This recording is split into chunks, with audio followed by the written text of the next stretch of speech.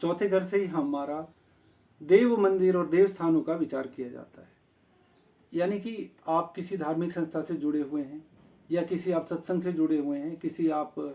ऐसी संस्था से जुड़े हुए हैं जो धार्मिक कार्य करती है, रिलीजियस काम करती है या लोगों की मदद करती है, तो वहाँ पर आपको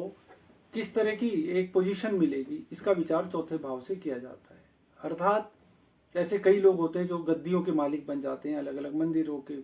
उसके इंचार्ज हो जाते हैं, या फिर मालिक बन जाएंगे, गुरु बन जाएंगे, या फिर उनके ही अंडर में वो पूरा अरेंजमेंट रहता है। तो इन सारी चीज़ों का विचार हम चौथे भाव से करते हैं।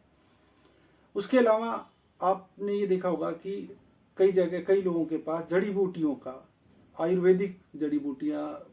और या फिर खुशबू, सेंट, इत्र, ये सब चीज़ों का भी कलेक्शन होता है। तो इसका भी विचार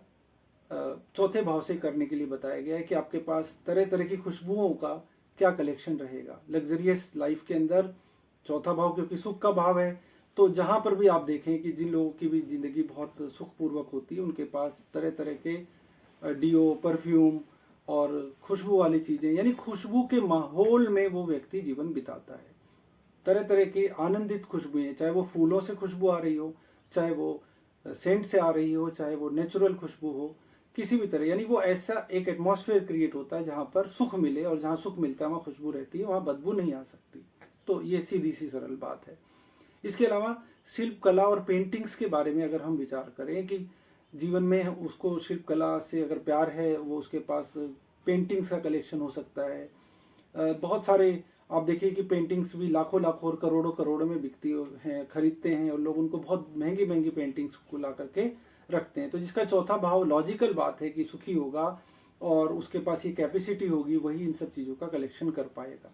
तो ये बताया गया है कि यदि आपका चौथा भाव अच्छा है तो आपके पास इन सब तरह की चीज़ों का भी कलेक्शन हो सकता है, या आप इनसे संबंधित कुछ कार्य भी कर सकते हैं। तो हमें इन चीज़ों का विचार, यानी कि तरह तरह की मूर्तियाँ हों या फिर पेंटिंग्स हों, यानी कि जो इस तरह की कला से संबंधित चीज़ें होती हैं, उनका विचार हमें इससे करना चाहिए। फिर एक और चीज़ हमने देखा है कि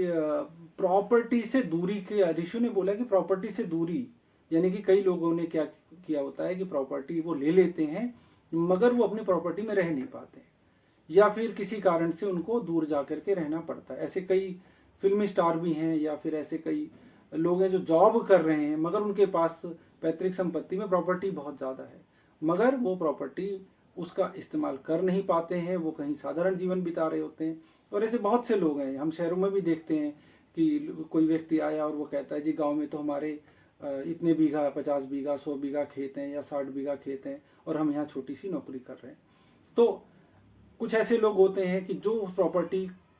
उनके पास जो है उससे उसका आनंद भी ले पाते हैं। तो प्रॉपर्टी से सुख मिलेगा या नहीं मिलेगा, या उससे दूरी रहेगी या नज़दीकियाँ रहेंगी, इसका विचार भी किया जाता है इसी चौथे भाव से ही। ऋषियों ने इन पर ही इस पर यही कहा है कि आप इससे ही विचार कीजिए। तो ये तो बात हो गई। इसके अलावा ऋषियों ने ये भी कहा है कि वेद, शास्त्र, पुराण, जो हमारे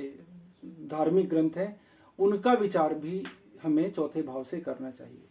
यदि व्यक्ति उनका अध्ययन करता है या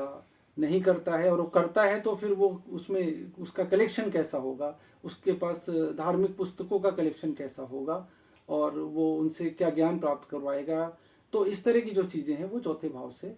विचार करने के लिए ऋषियों ने बताया कि आप इससे विचार कीजिए। फिर अगर हम देखें तो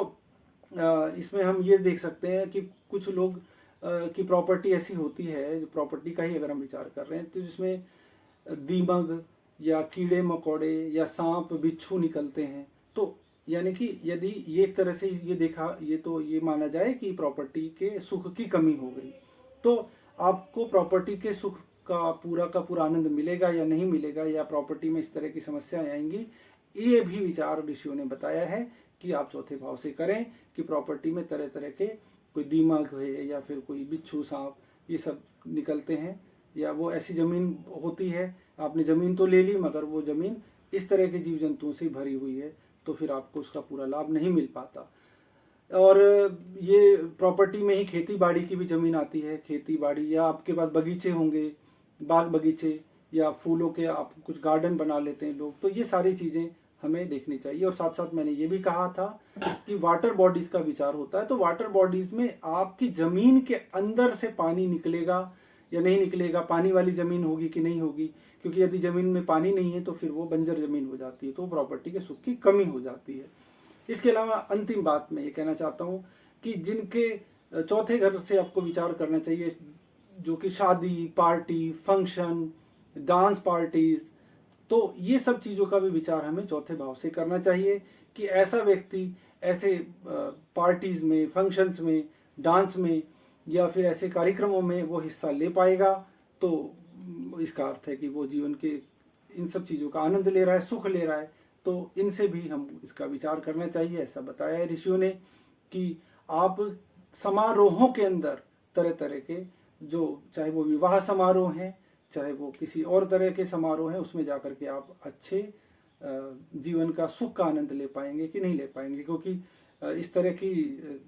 पार्टियों में जाना और ऐसे अच्छे अच्छे फंक्शनों में जाना, ये सबके जीवन में नहीं होता। बहुत से गरीब लोग हैं जो कभी कभार ही एक साधारण सा फंक्शन अटेंड कर पाते हैं, और ऐसे बहुत से लोग हैं जिनकी रोज ही पार्टियां होती रहती है। आप सुनते होंगे कि आज यहाँ पार्टी में जा रहे हैं, आज वहाँ पार्टी में जा रहे हैं, आज वहाँ फंक्शन में जा रहे हैं, और वो जीवन का भरपूर आनंद लेते हैं। तो जीवन का जो सुख है, आनंद है, भौतिक जितने भी आनंद हैं, वो सब चौथे घर से आप विचार करें। आपका बहुत बहुत धन्यवाद।